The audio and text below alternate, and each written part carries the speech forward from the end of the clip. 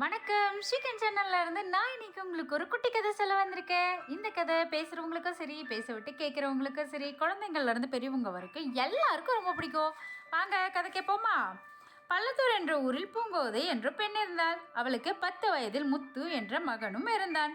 சிறுவனாக இருந்த அவன் யாரையும் மதிப்பதில்லை. எல்லோரையும் எடுத்திருந்து பேசினான். இதனால் அவனுக்கும் மற்றவர்களுக்கும் அடிக்கடி சண்டை ஏற்பட்டது.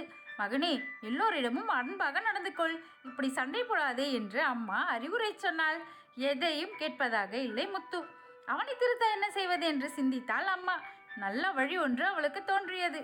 அவனை அழைத்தாள். மகனே, அருகில் ஒரு மலை உள்ளது. அங்கு உன்னைப் போலவே நல்ல சிறுவன் ஒருவன் இருக்கிறான். அவனை கண்டுபிடிப்பது மிகவும் கடினம். யாராவது பேச்சு கொடுத்தால் அவன் பேசுவான். உன் திறமையை எல்லாம் பயன்படுத்தி எப்படியாவது அவனை இங்கே அழைத்து வா என்று அம்மா சொல்ல, அம்மா, இப்பொழுதே அங்கே செல்கிறேன். இன்றே அந்த சிறுவனை அழைத்து வருகிறேன். என் திறமையை மட்டும் பார் என்று முத்துவும் சொன்னான்.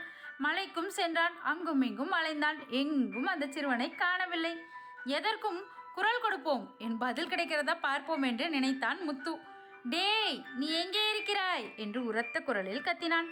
அந்த மலைப்பகுதியிலிருந்து டேய், நீ எங்கே இருக்கிறாய் என்ற குரல் வந்தது. இதை கேட்ட அவன் கோபம் கொண்டான். எவன்டா என்ன டேய்னு கூப்பிட்டது என்று முத்து கத்தினான். எவன்டா என்ன டேய்னு கூப்பிட்டது என்று பதிலும் வந்தது. அந்த சிறுவன் தன்னை திட்டுகிறானே என்று கோபத்தில் துடித்தான் முத்து. உனக்கு வீரம் இருந்தா என் எதிரே வாடா என்று கண்கள் சிவக்க கத்தினான் முத்து. அதே போன்ற அந்த சிறுவனும் அவனை திட்டினான். அந்த சிறுவனை கண்டுபிடித்து உதைக்க வேண்டும் என்று நினைத்தான் முத்து. அந்த மலைப்பகுதி முழுவதும் தேடினான். அந்த சிறுவனை அவனால் கண்டுபிடிக்கவே முடியவில்லை.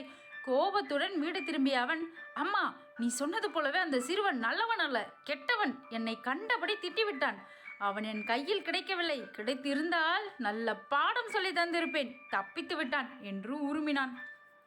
மகனே, அந்த சிறுவன் நல்லவன், எல்லோருடனும் பண்பாக பழகக்கூடியவன். நீ அவனை திட்டியிருப்பாய், அவனும் பதிலுக்கு உன்னை திட்டியிருப்பான். நாளை நானும் உன்னுடன் வருகிறேன். நீ அவனிடம் இனிமையாக பேசு. அவன் உன்னை திட்டுகிறானா என்று பார்க்கிறேன் என்று அம்மா சொல்ல, மறுநாள் அவர்கள் இருவரும் அந்த மலைக்கு சென்றார்கள். நீ நல்ல பையன், எல்லோரிடமும் இனிமையாக பேசுவாய் என்று என் அம்மா சொன்னார்கள் என்று முத்து குரல் கொடுத்தான். அவன் என்ன சொன்னானோ அதுவே திரும்ப கேட்டது. தன்னை நல்ல பையன் என்று புகழ்கிறானே என்று மகிழ்ச்சி அடைந்தான் முத்து. நாம் இருவரும் நல்ல நண்பர்களாக இருப்போம், ஓடி விளையாடுவோம், மகிழ்ச்சியாக இருப்போம் என்று குரல் கொடுத்தான். ஓடி விளையாடுவோம், மகிழ்ச்சியாக இருப்போம் என்ற குரல் அவனுக்கு கேட்டது. இதை கேட்டதும் மேலும் மகிழ்ச்சி அடைந்தான் முத்து. அம்மா, இந்த சிறுவன் நேற்று என்னை கண்டபடி திட்டிவிட்டான்.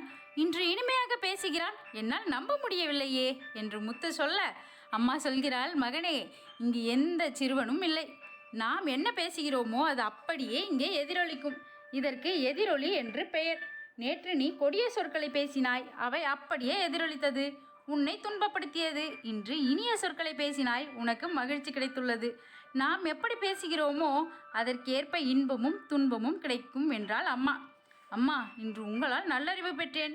இனி எப்பொழுதும் கொடிய சொற்களை பேச மாட்டேன். பிறர் உள்ளம் மகிழும் இனிய சொற்களையே பேசுவான் என்றான் முத்து.